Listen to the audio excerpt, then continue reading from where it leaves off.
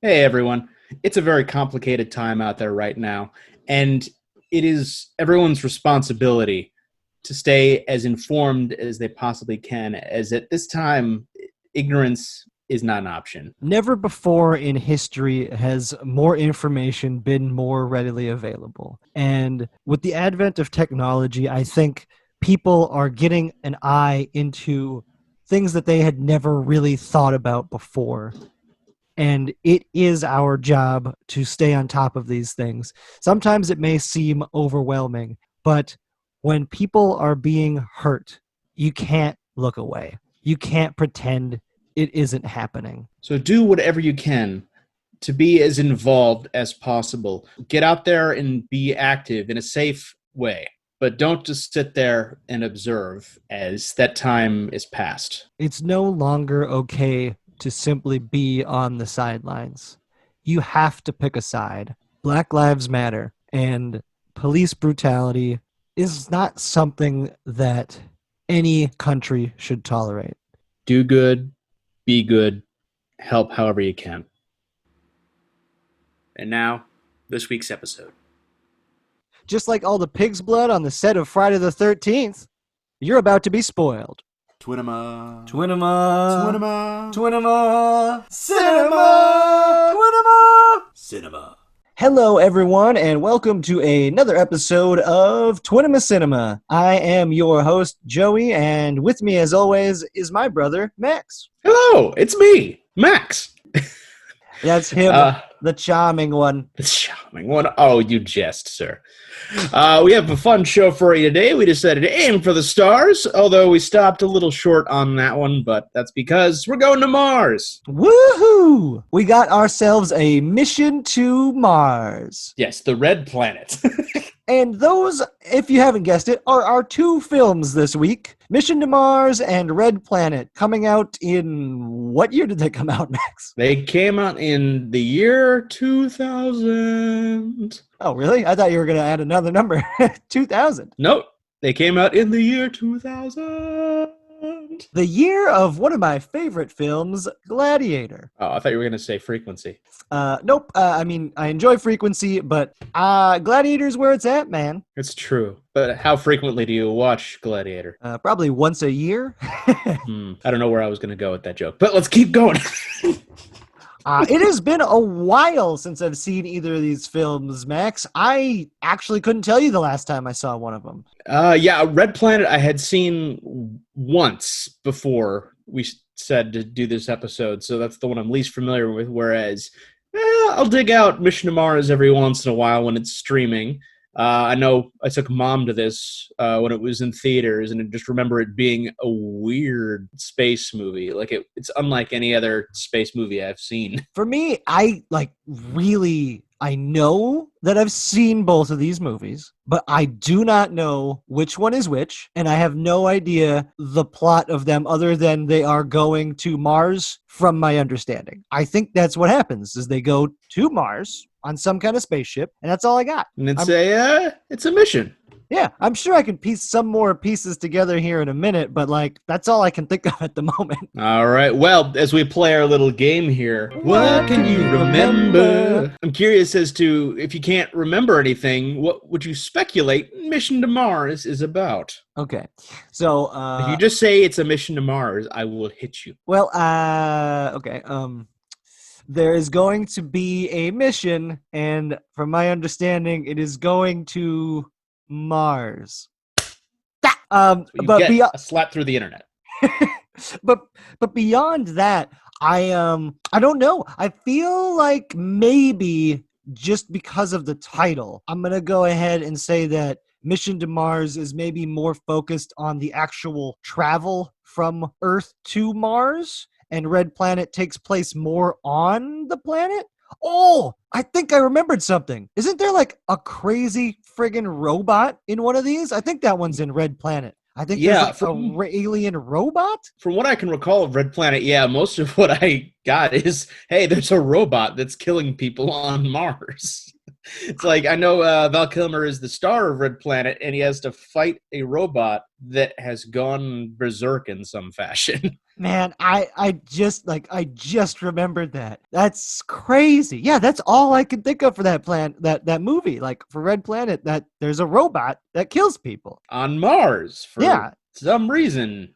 So in Mission to Mars, then I think that one's the one with Gary Sinise, and Sounds about right, yeah. yeah, and they're on their way to Mars, and On a mission. yeah, and some crazy stuff happens, but I don't remember all of it. But I know that they get to the planet, and I think they discover there's like ancient aliens on the planet, or like there was, or maybe it's like a temple, or like something like that. I feel like it's very similar to Futurama. And I remember being a big part of Mission to Mars, the face on Mars, which I might have to do some research into. But yeah, I think I remember that Futurama episode you're bringing up. Yeah, like I feel like that's pretty much the plot to Mission to Mars, if I remember correctly. But I don't know for sure. I think I know that if that's the right movie, there's some intense tragedy on the way to Mars, and then aliens. I think. God, I don't know if there's for sure if there's aliens or if there's just like remnants, like an alien temple. Either way, that happens in one of these two movies. I think it's Mission to Mars. And then just as far, I'm just trying to think, like you're doing Mission to Mars, I'm thinking of Red Planet, and I'm just trying to think of what goes on in this movie. It's like they get to Mars, there's the killer robot. I feel like there's someone stuck in the spaceship in orbit. Someone's pulling a Michael Collins, but I don't remember who it is. A Michael Collins? Yeah, Michael Collins, the third guy who didn't get to set foot on Mars in the Apollo 11 mission. And that's why I don't know his name. Sorry, Michael Collins. Everyone should remember Michael Collins, even though he was not one of those two other guys. Are we just You know, trying those to two. avoid their names so that we can keep representing Michael Collins? Michael Collins. Got it. I don't Thanks, even Michael know, I don't Collins. even know who Buzz Aldrin is. We were trying not to say their names, Max. Whose names? I certainly didn't say Neil Armstrong. Lance Armstrong's father. What? Whoa! Neil Armstrong died for your sins and gave his son one of his testicles. I really do hope Neil Armstrong's one of his sons is actually named Lance. I don't think it is, but wouldn't that be a crazy story? And that man was Lance Armstrong. Oh, that's The shame of this American family. Oh, we've strayed off into the atmosphere. It's like we're laughing from lack of oxygen. What else we got? I'm trying to think. What else happens?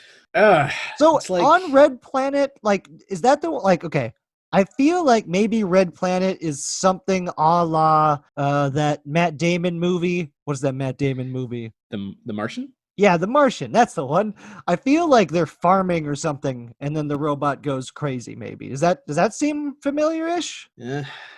Yeah, it's slipping my mind. Again, this like I'm way more familiar with Mission to Mars just because I've seen it so many times. But Red Planet is like an anomaly. Gotcha. Anemone. Anemone. With all that said, is there anything else we need to talk about before we bust into watching these movies? No, we gotta kick the tires and light the fires, Big Daddy. I think we're ready for launch.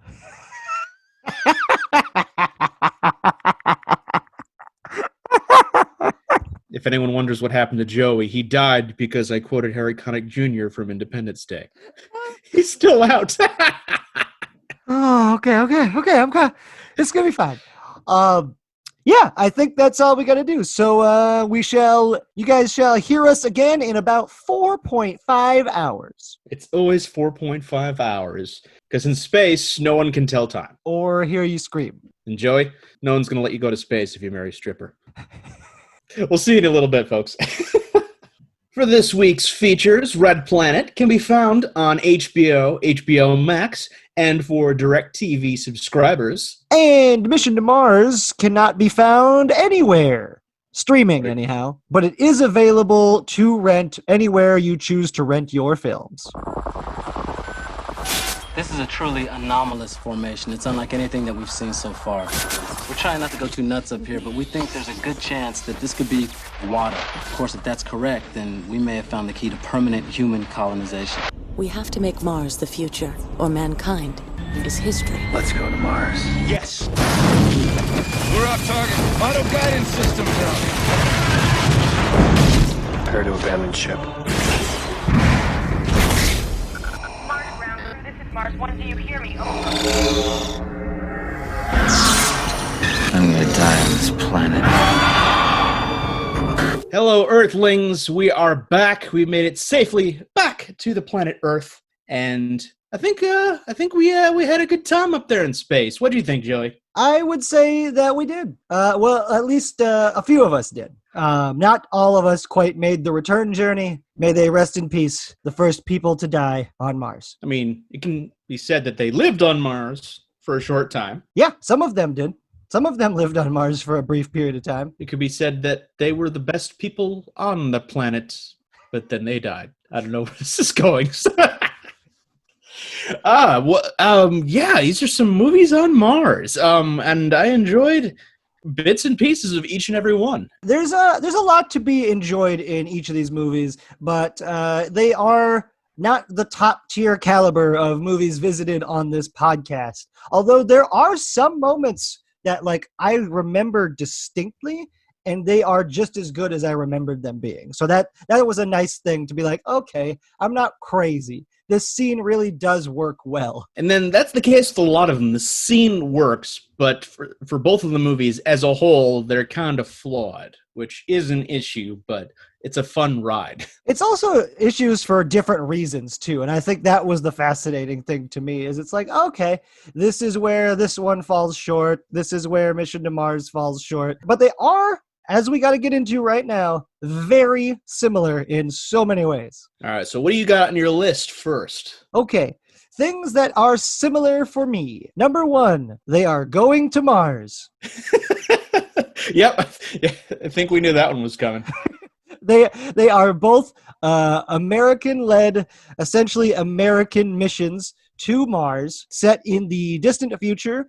One actually set in right now, in 2020. The future of now. Yeah, the future of now. That one being Mission to Mars, and Red Planet was set a little further in the future in 2056, but both still in the future when the movies were made. Each film involves some kind of spaceship trouble. Neither of their space journeys goes to plan, that's for sure. I know both of the accidents that befall the missions occur in Mars orbit, not on the way to Mars, when they get there.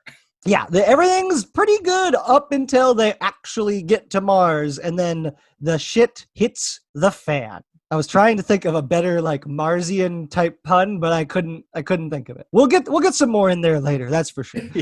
I found one that was very interesting, and that is these are each pretty small crews, and there is only one woman on each crew. This is true. Yeah, Red Planet has a little more of a diverse population on their ship, whereas very minimal crew for Mission to Mars. Well, even so, I think Red Planet, there was only 6 people. So it's 2 more people than the Mission to Mars mission. But it should be noted, at least of the main mission personnel, they are all American. Correct. Yep. They are American missions. Or wait. Well, yes, you're right. In Mission to Mars, the main mission that we follow is, in fact, all American, whereas the previous mission, there is a little bit more of an international bent to it with, I think, a Russian and a Frenchman or French woman. I'm not entirely sure, but yeah. So the first mission, entirely multicultural, international. Both of these films, much like our previous ones, Armageddon and Deep Impact, have a moment where they dock with their version of the International Space Station on their way to Mars. It's both have space launches, which is probably going to be the norm from now on as far as exploration missions go. So an orbital launch is definitely the way to go in the future. And the other one I have on my list is that each of these involves a rescue mission being part of the plot. although it is certainly more important in Mission to Mars, as most of the movie is involving a rescue mission. I was also impressed with this little tidbit, especially considering our space adventures in Deep Impact and Armageddon, as both of the crews here use kilometers. There's no miles per hour in space. There's only a couple references to distance in miles. I think in Mission to Mars, they reference how many miles from Earth they are, although they reference the speed in kilometers. And then in Red Planet, Val Kilmer remarks, is that Fahrenheit or centigrade? You know he's smart because he said centigrade. He certainly did.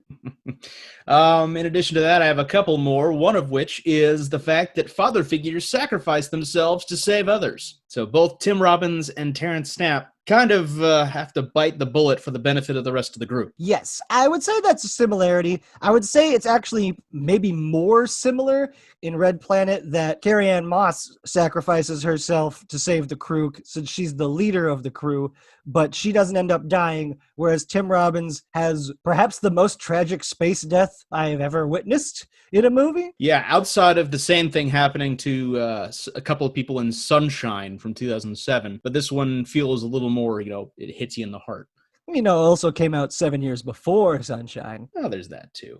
And then finally for me, both films partially filmed in Jordan, as that is kind of the most common place in the world to film Mars landscape. The Martian filmed there later. Do you recall the name of the desert that they filmed in, or that valley? It's called Wadi Rum. Wadi Rum. Wadi Rum. W-A-D-I Rum. Nice. They filmed there, and then I think, from my understanding, Red Planet is also like an Australian-produced film, so they shot a significant portion in Australia. Whereas Mission to Mars actually did what First Man would do later in Vancouver, and they pretty much just had a quarry. They built up the sides so you couldn't see outside of it, and they painted the entire thing. In this case, red. Spray painted everything. As a smart move, I guess. I can't imagine that's super environmentally friendly, but it looks great. So yeah, basically everything that involved like the camp at Cydonia on Mars, it was just spray painted rocks. Other than the connection with them shooting at the same location, did they have any like consultant crossover like we had in previous movies? No consultant crossover that I can think of. In fact, no real interference as far as the studios are concerned. They just happen to come very close together as far as production schedules are concerned. I just remembered something. They may not have had the same consultants, but both films did actually have connections with NASA. They got to work directly with NASA in different moments. For Mission to Mars, they actually got to work a little more closely and use some of their information that they had on their current plans for a Mars mission at the time. And then Red Planet, the director, whose name is eluding me, Anthony Hoffman actually spent several months with some NASA astronauts in training to get a little bit more of an understanding of what it would be like to be isolated on a spaceship for such an extended period of time. Which is probably good, because the last thing you want to do is be stuck on a spaceship with Val Kilmer, as he will drive you crazy. He won't go crazy. He will drive you crazy. Crazy in your pants. That too. But thus ends the similarities, as these are very different movies when you get down to it. Oh, wait, there's one other big similarity. They both have aliens. Now, yes, they do have aliens. Now, granted, the aliens are dramatically different.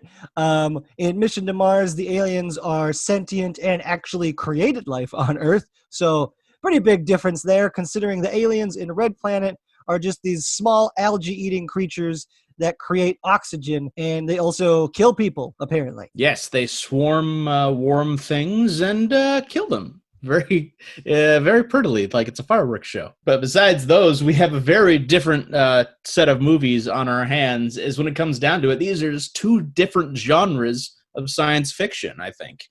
With Mission to Mars being more of the adventure film, whereas Red Planet borders on kind of being between action and horror. Definitely. I would say Red Planet is far more of a horror film, a suspense film, because the entire time they are basically trying to get back to the spaceship. They landed and everything immediately went awry. They really aren't there to accomplish their mission anymore. It's all simply about survival. Yes, whereas it's very much a linear rescue mission for a mission to Mars. The first mission, something bad happened. You got to get Gary Sinise up to Mars pronto, and the whole movie is their journey to get to that point. And basically, all the weird stuff with the aliens only happens in the last half hour of the movie. True. It doesn't take place until much later in the movie. Again, I guess that's a similarity in some ways because the aliens don't come up too much until later in Red Planet, but they're at least like hinted at. There's a hinting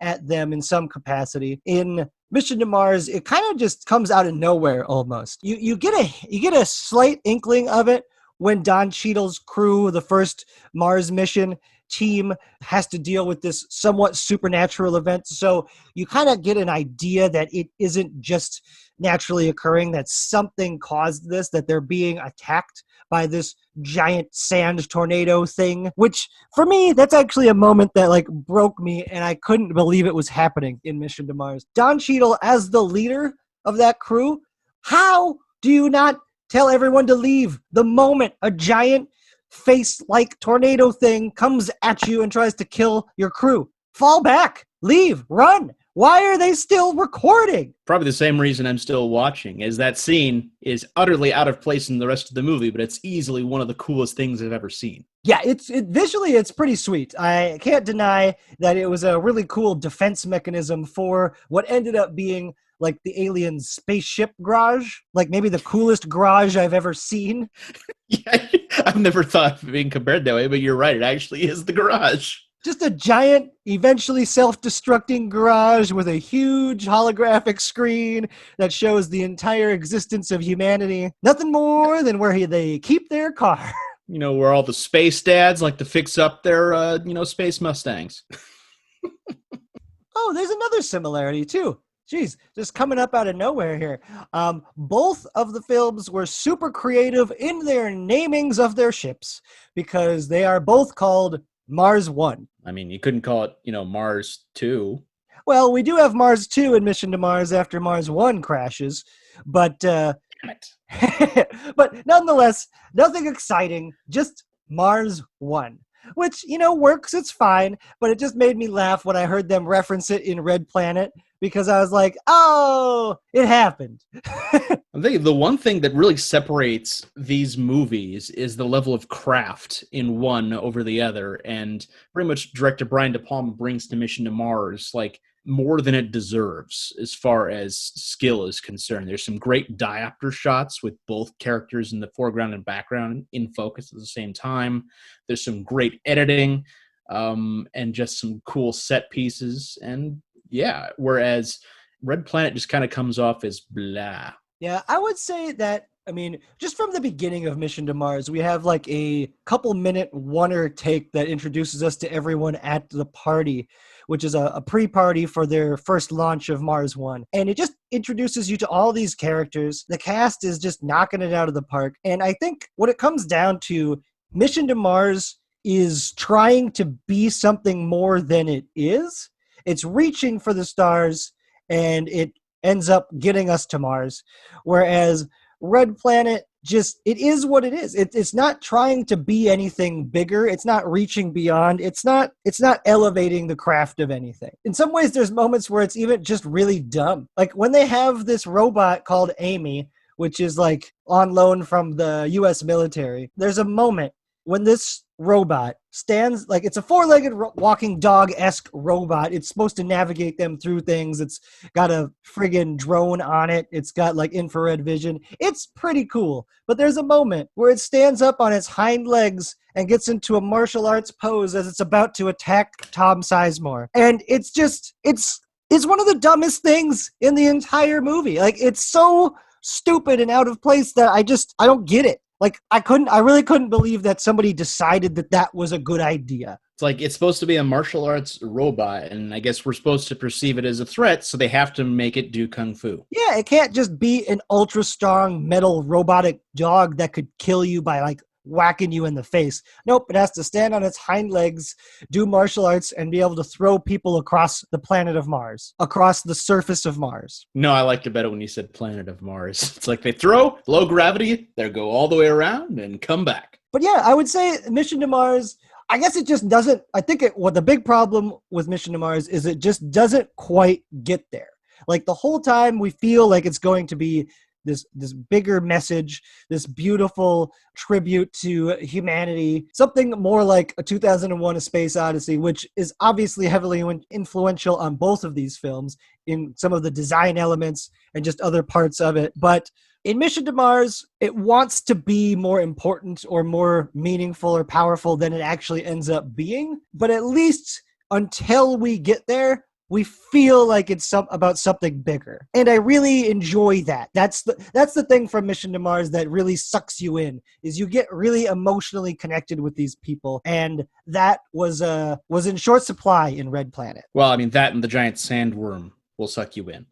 Yeah, that was cool. We can't deny that. Also, we got to say off the top, the effects in Mission to Mars are so much better than the effects in Red Planet, in my opinion. I think Disney threw a little more money at them, but yeah. But I just want to remark on the sandworm again, because I'm wondering, well, I guess I answered my own question. It's Disney. But like, how the hell did they get away with a PG for this thing? A guy is literally spun until he is ripped apart limb from limb. Tim Robbins takes off his mask in space, and that's PG. I actually didn't know the ratings of these movies, so knowing that that's PG, yes, that is very unexpected considering the drama. Like somebody's face gets smashed in with a piece of Mars rock. Like a lot of pretty terrible things happen in both of these movies. But in Mission to Mars, I did not know it was PG. Yeah, I guess because they didn't swear.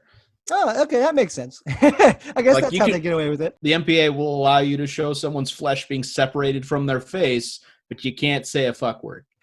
It does seem ridiculous, doesn't it, Max? But I think they get away with one F-bomb or in Red Planet, and I'm pretty sure that Val Kilmer says it. Yes, I believe the line was, fuck this planet. And it's actually the last line that he says on planet Mars as he takes off in a broken down that he fixed up Russian space probe that he stole the battery from Amy after the robot attacked him to restart. Basically, Red Planet is a movie that's about people who get unbelievably lucky.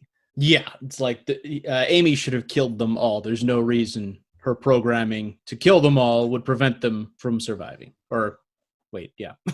And then also, just the simple fact that there's now untraceable amounts of oxygen on Mars. Yeah, there's no way this is like 2050 something. There's no way the satellites could tell there's algae, even if parts of it are still eaten or whatever. Yeah, there's a lot of confusing things that happen in Red Planet. You accept it because the characters are dealing with it as it comes, and I think that's a nice purview. And also the fact that they run out of oxygen, even though they don't actually run out of oxygen, leads to probably one of the coolest or like most dramatic moments in the movie is when they are all suffocating at the same time, and Val Kilmer suddenly just loses his mind basically and tries grasping for air by opening his mask, and boom, voila, everyone is fine. Except for Benjamin Bratt, who summoned Baker, pushes off a cliff, which actually is kind of cool.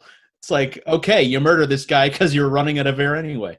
Yeah, like it's a really dark moment, and it's totally like accidental. He didn't mean to push him off a cliff. He meant to push him, but not to his death. And then that character kind of loses his mind and does some really stupid things and makes me hate him. One thing he does that really bothers me is later on in the movie, he steals the radio from Tom Sizemore and Val Kilmer and runs out into the darkness. And it's like, Val Kilmer already said he was going to sacrifice himself so you guys could live. Why would you do this? You need them to help you fix the ship. Because he has gone #space crazy. Good old space crazy. It's space madness. Yeah, this movie, Red Planet, does not scamper away from the cliches of the genre, especially the clunky exposition at the very beginning, including voiceover by Carrie-Anne Moss, just to set things up. Oh, yes, that exposition dump at the first 5 minutes of the movie just made me about want to throw up. It was just bad. And the other thing, I got to just say this. In both of these movies, Tim Robbins outclasses everybody in his performance. He is easily the best actor in both of these movies by like a lot. And it's really unsettling sometimes when you're seeing these incredibly talented actors in Mission to Mars being in a scene with Tim Robbins, and you're like, so one of you feels like you're actually leading a space mission, and the other one of you feels like you're an emotionally devoid person. Like, it's such a bizarre situation. You'd think Gary Sinise would be a little more excited to actually be going to space since he was denied going to space in Apollo 13.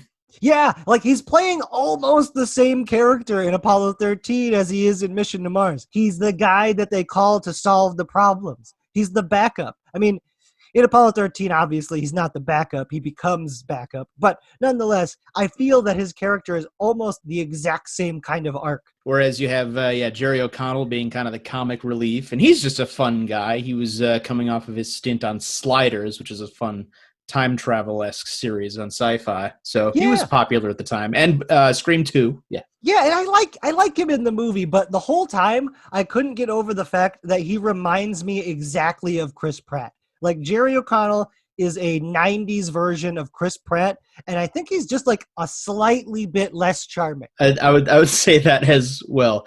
And as far as character development goes for Red Planet, it's very, very minimal. You're given like just certain little details, except for Val Kilmer, who is just set up to be the coolest guy in space. He is cool. He elevates every scene in that movie because, like, it's basically Val Kilmer is more or less the main comedic relief. There are some other moments, some quips and other things that work, but without Val Kilmer, so many of those scenes don't work. He's like the button that like just cinches up the pants of this movie. He is integral to it because without him, it wouldn't really be any fun.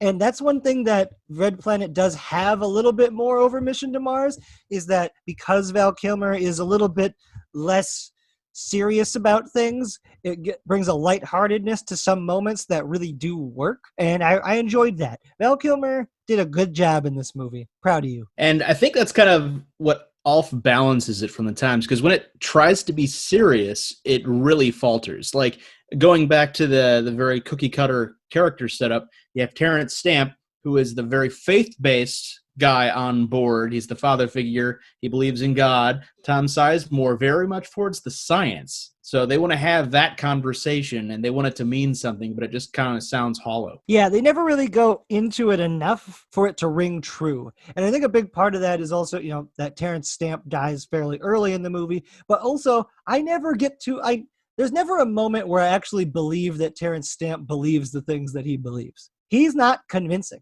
Tom Sizemore, kind of convincing. He's a bit of an asshole about it, but like at least I believe that he genuinely doesn't have any faith. So whereas Terrence Stamp, I'm like, I don't feel like you have faith.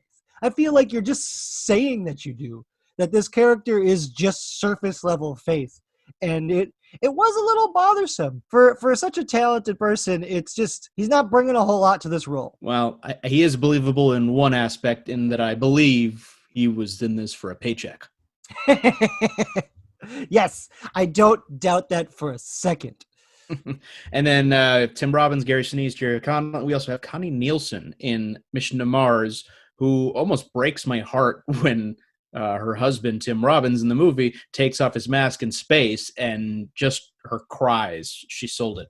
Oh, I mean, that's the best scene in the whole movie. I would have to agree with you that kind of the effects and the moment regarding the giant space worm thingamajig looks cool and is pretty fantastic. But in terms of emotional impact and performances, that scene with Connie Nielsen and Tim Robbins is just, it's so good. It's like the defining part of that movie for me. And also, yeah, she's in Gladiator. Oh my God. Yeah, she had a very good year in 2000. Hell of a year, man. Hell of a year. Sorry, that doesn't quite fit with the emotion of what we were just describing, but it's one of those things of during the entirety of Mission to Mars, I was looking at it and I'm like, I know you. Why do I know you? And then eventually it clicked, oh my God, it's Gladiator. Oh, these are both 2000? Oh, that's awesome. And she has the benefit of not having her brother try to, mess with her. Yes, the sexual tension between her and her brother is non-existent in Mission to Mars, whereas it is plentiful in Gladiator. Although her chemistry with Tim Robbins is great, especially during the Van Halen space dance number, which is just cool. Yes, my God, that's actually the scene that I remembered most vividly, besides the spacewalk, which we've mentioned several times now, where Tim Robbins sacrifices himself. But the dancing sequence was so well done because it showcased in a very fun way the inside of Mars One, the spaceship that's taking them to Mars. It was a very fun scene. It just brought a little bit of life to it. And then it's also a nice character building moment for everyone involved. Like, it really gets you to see that they are a bit of a family, that they've known each other for a while, that they actually enjoy each other's company, that this isn't just a ragtag group of people that's been put together for this. This is people that have spent years training together to go on a mission to Mars, which in Red Planet, that is not even close to the case. It feels like these people were all just randomly assigned and they have nothing to do with each other. They had never even met before the mission, as far as I'm concerned. I don't think they knew each other until the day that they decided to go to Mars. Yeah, they're very much just job titles with names. There's really no familial chemistry there. And I also love the Van Halen dance scene more just because it's very Kubrickian in the fact that almost all of it is practical. Like everything is on wires or the Ferris wheel kind of circular set. They do the walk around in which Gary Sinise is literally bolted to his chair and it goes upside down as they do it. Oh, see, I didn't know that. That's awesome. I mean, it also explains why it looks so good. So well done, team. But yeah, it must have been a feat to try to get the timing right so they don't actually, fall off. And for Red Planet, you have the benefit of setting it in the further future so you can get away with a lot of, tech jargon as space movies are wont to do. So you have artificial gravity basically the whole time. So there's no spacewalking or floating, really.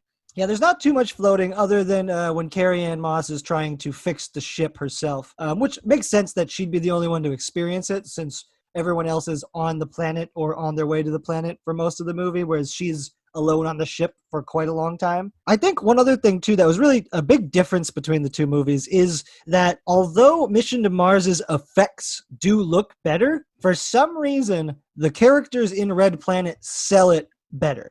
And I'm not totally sure what the case is, but I think it has something to do with just the eye lines. They feel off in a number of moments in Mission to Mars where they are looking at something extraordinary and they're just not having the same level of reaction that they probably should to something extraordinary, much like the problem a lot of people referenced in Watchmen being on Mars, is it's just like you should probably be reacting differently to this kind of craziness.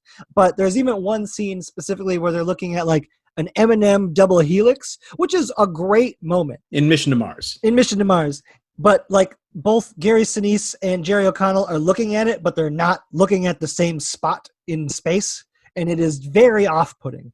And it's just such a simple thing, but for such a cool moment, it kind of just completely takes you out of it, where I don't really notice anything of that sort in Red Planet. So that's one strange difference where I think Red Planet does have the upper hand. Yeah, I think most of it comes from where the conflict is based in the movies. Red Planet, almost everything is person-to-person conflict. You have to worry about, someone murdering someone else, or Amy, as they had an actual puppet there most of the time.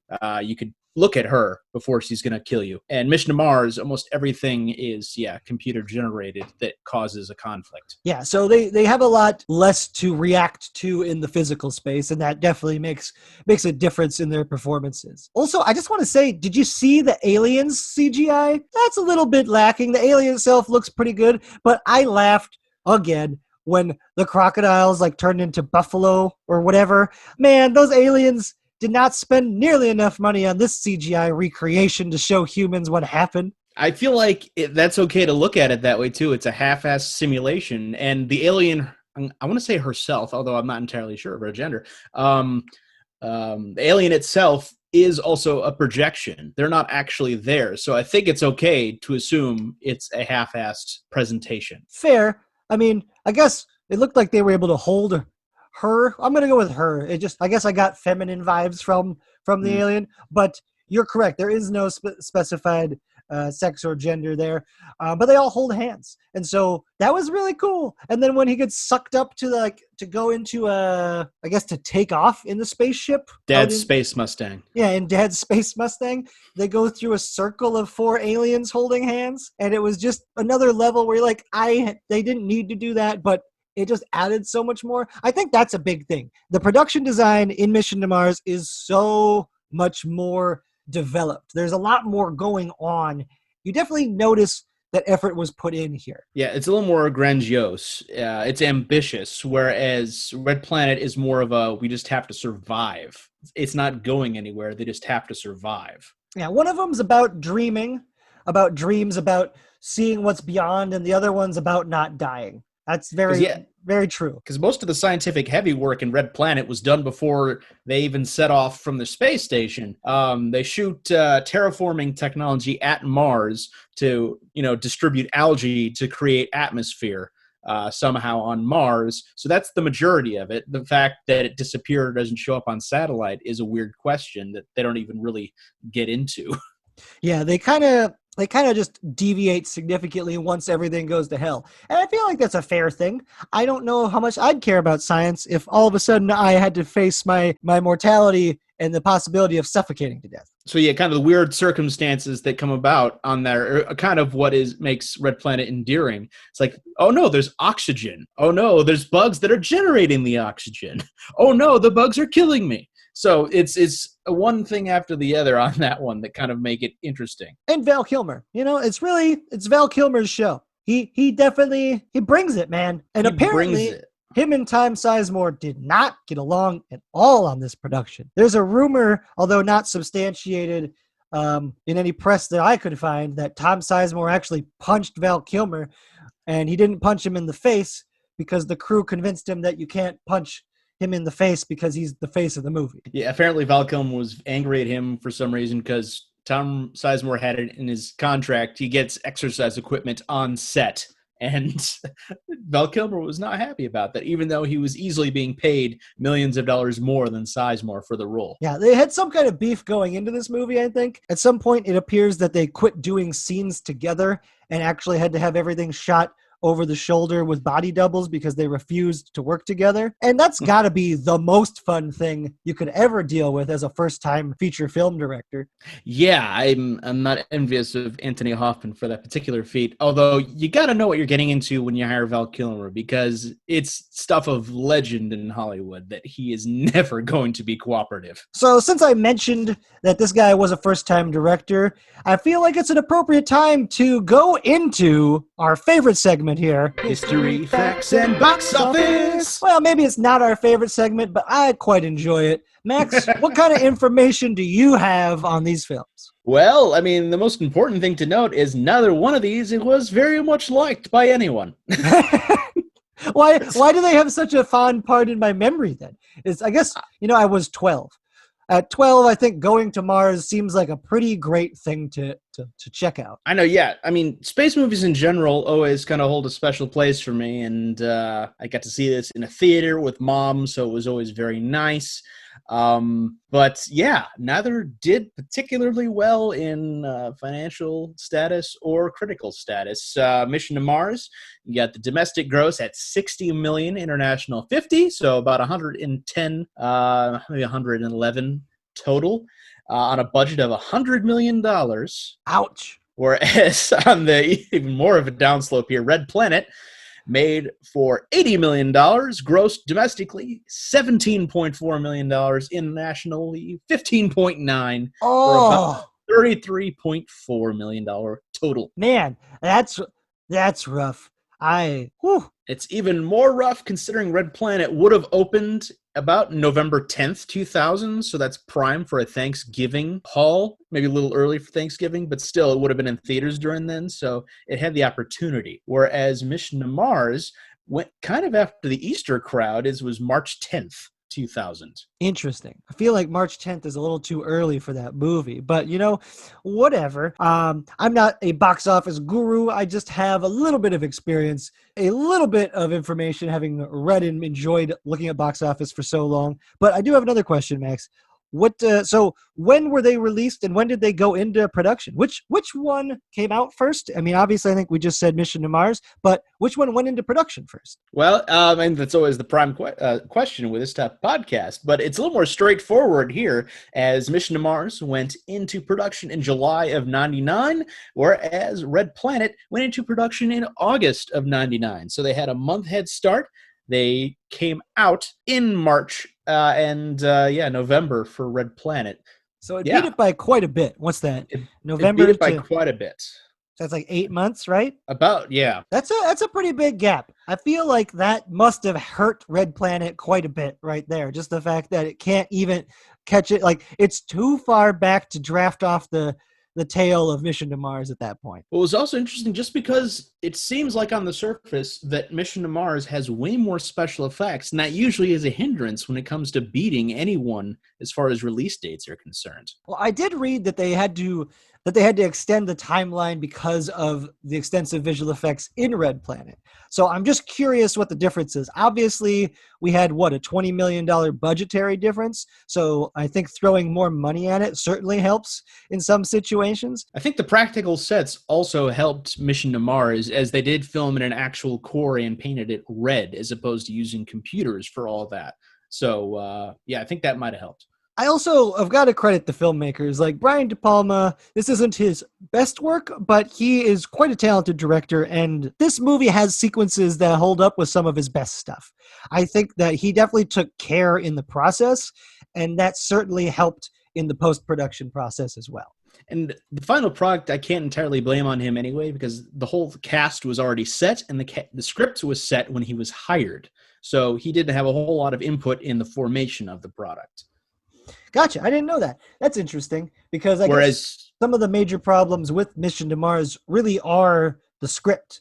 It's just like, I think the cast is really good. I think it's just that it doesn't quite live up to its ideals. It's like it's just trying to be more than the script actually ends up accomplishing. And you had said that Anthony Hoffman was spending some time with NASA scientists, so there's a lot of pre-production there. I think he had the head start on as far as, integration is concerned. Although that didn't quite help as far as the savagery of critics and audiences. Red Planet sitting at Rotten Tomatoes critically at 14%, 28 audience. Metacritic has it at about 34 out of 100 and 8.4 user there.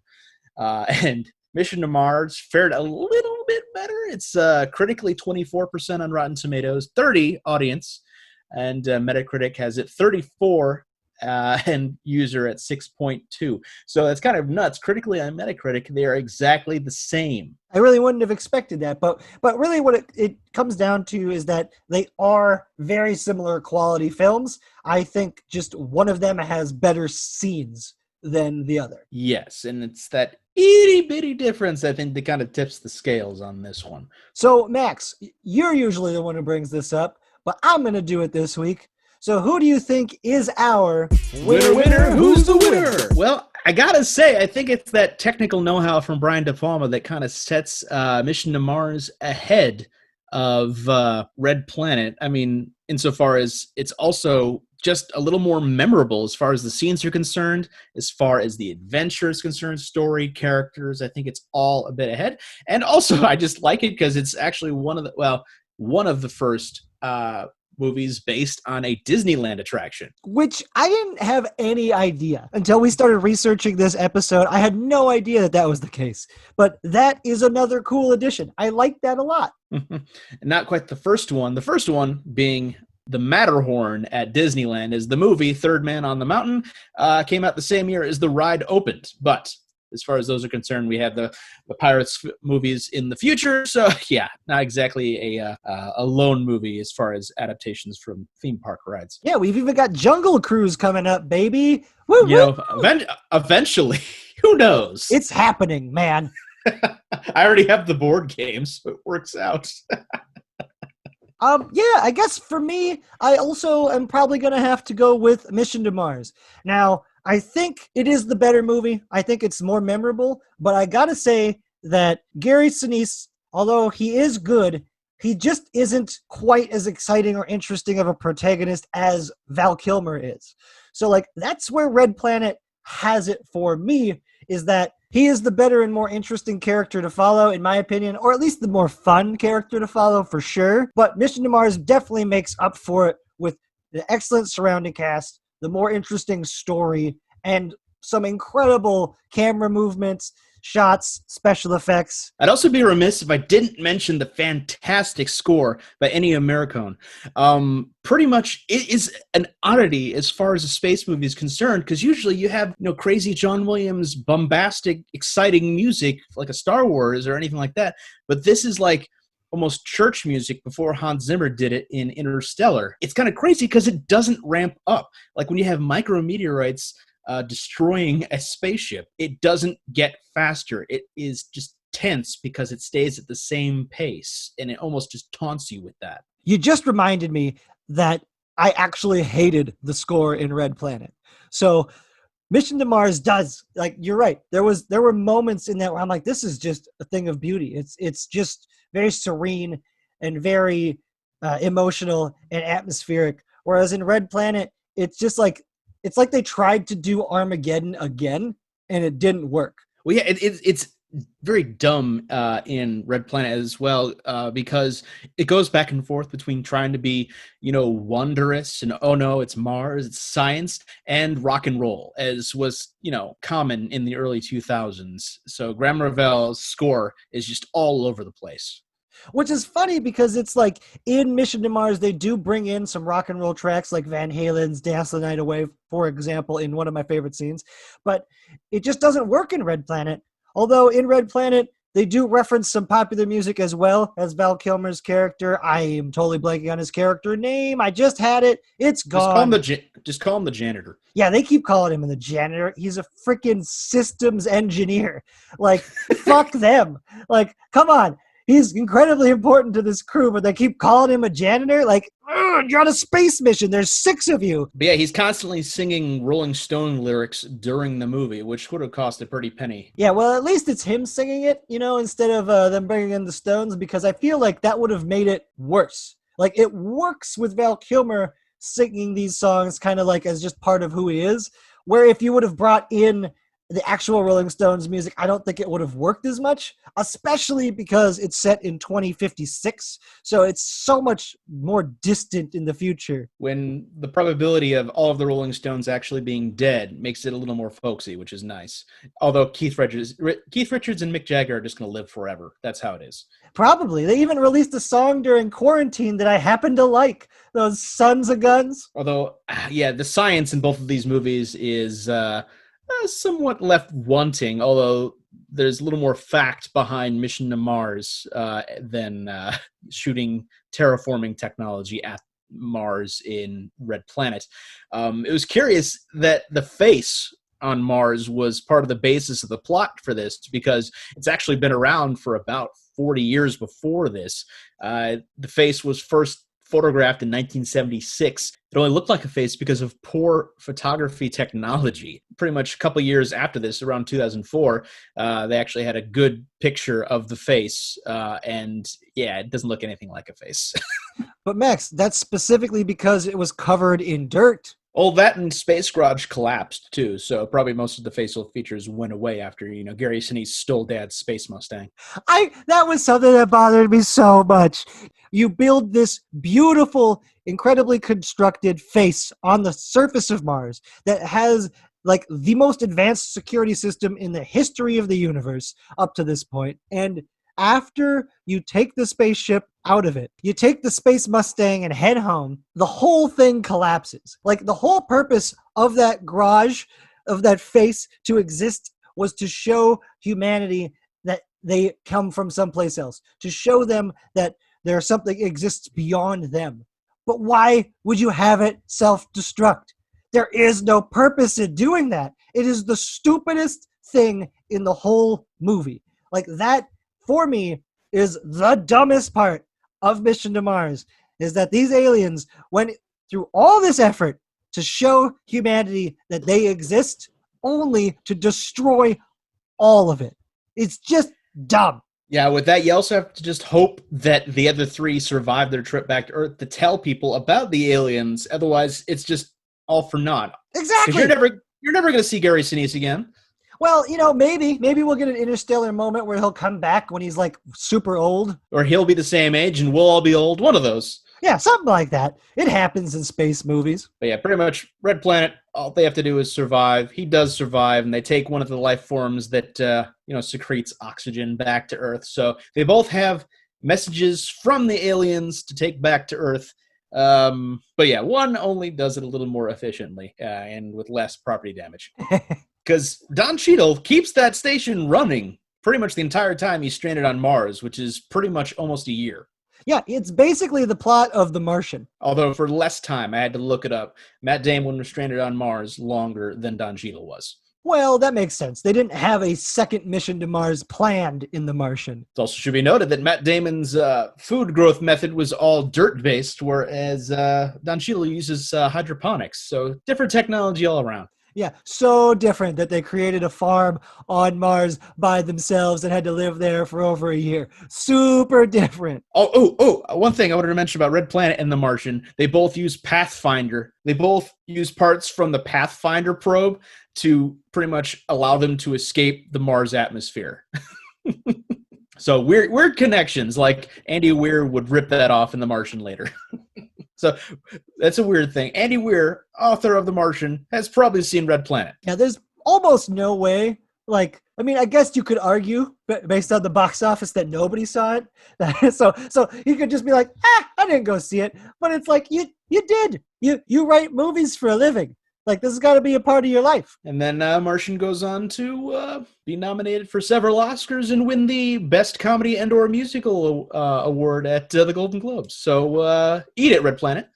Yeah, eat it, Red Planet. Fuck this planet. All right, so we both have Mission to Mars as our favorites for this week. Was there anything else you need to say?